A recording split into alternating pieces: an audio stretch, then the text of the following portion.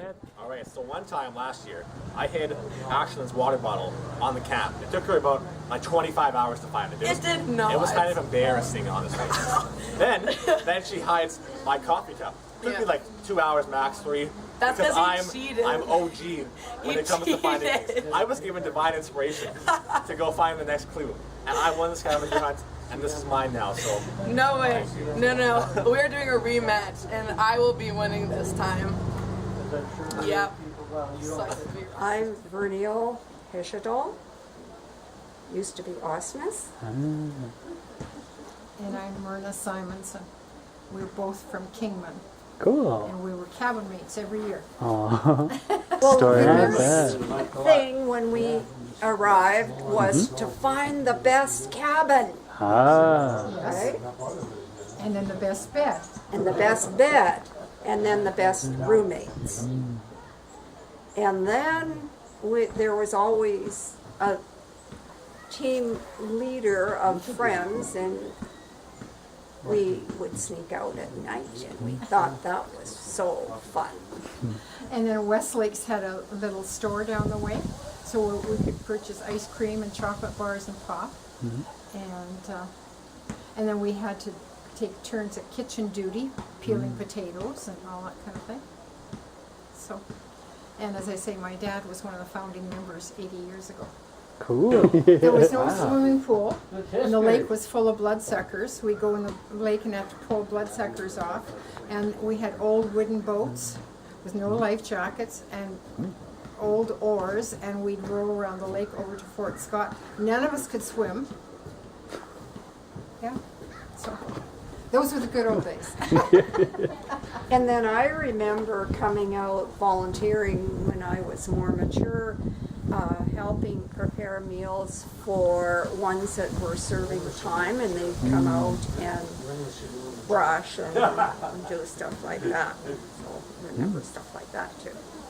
Not bad, thank you. So I remember in my first junior camp where I was a sit, I was working with this one guy. He was having some girl trouble. It was a rough time, and one of the nights we just went for a walk, had to leave the cabin. We're going up here just to get some water from the cafeteria, dining hall, that's what I meant to say. And we saw some girls just flipping around like ninjas, like trying to be as stealthy as possible, like whispering like the Mission Impossible theme to themselves. They didn't quite see us, and then they like snuck into the kitchen and then went towards the fridge. And so me and this guy who was we're both having a little bit of trouble, both had the same idea at the exact same time. As I crawled into the fridge to do a kitchen raid and eat some snacks, we then barricaded the door and we waited there for a while. They were doing a Bible study in there for some reason. After they were done, they were like, okay, time to go. Oh shoot, the door shut. And then we ran away. Well, we opened it after that, we ran away.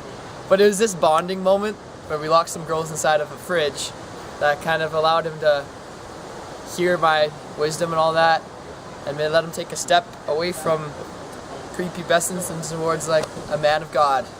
So camp is perfect for that. My name's Colin Halverson. I worked here from the summers of 2009 to 2010.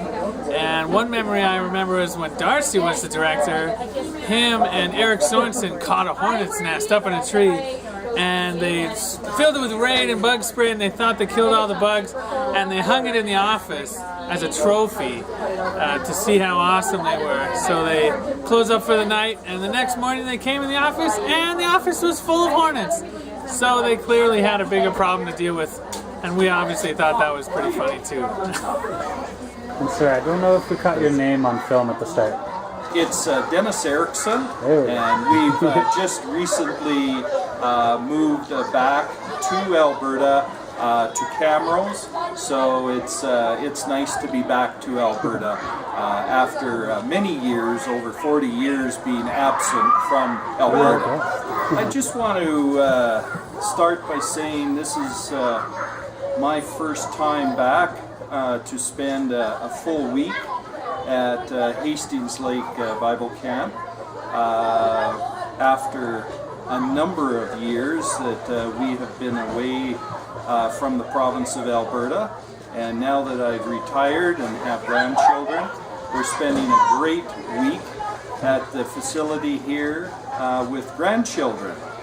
Now, the last time I spent time here was, of course, when I was a youngster, in the mid-60s, I guess 64, 65, 66, 67 time frame.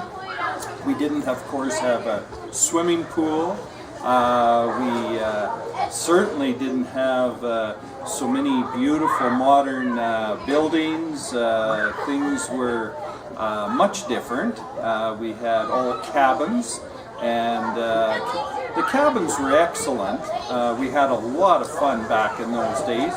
And because we had so many great counselors and speakers, some of the names that I can remember that certainly made my stay here were, for instance, Stanley Rue was one of the speakers, and he was here many years, a great pioneer that probably made a big difference in a lot of lives here at Hastings Lake.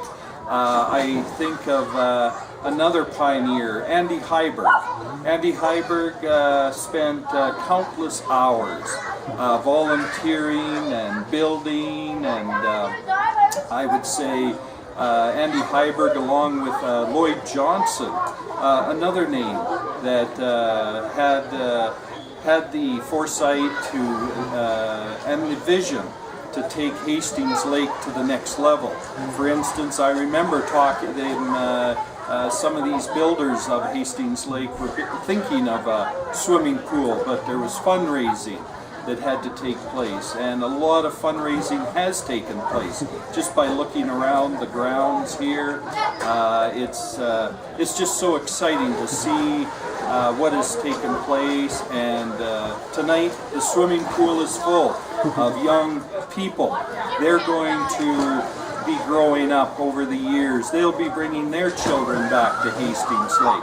And again, Hastings Lake Bible Camp is located in such a beautiful area, very close to many large centers in Alberta. Just outside, of course, Sherwood Park, Edmonton, Camrose are some of the main areas. So the location makes all the difference in the success of Hastings Lake. So it's exciting, and for me and my family, of course, the Erickson family, my family, many generations. My mom and dad were here many years before 65 as campers also. So we've had a number of years that we've been able to enjoy Hastings Lake Bible Camp.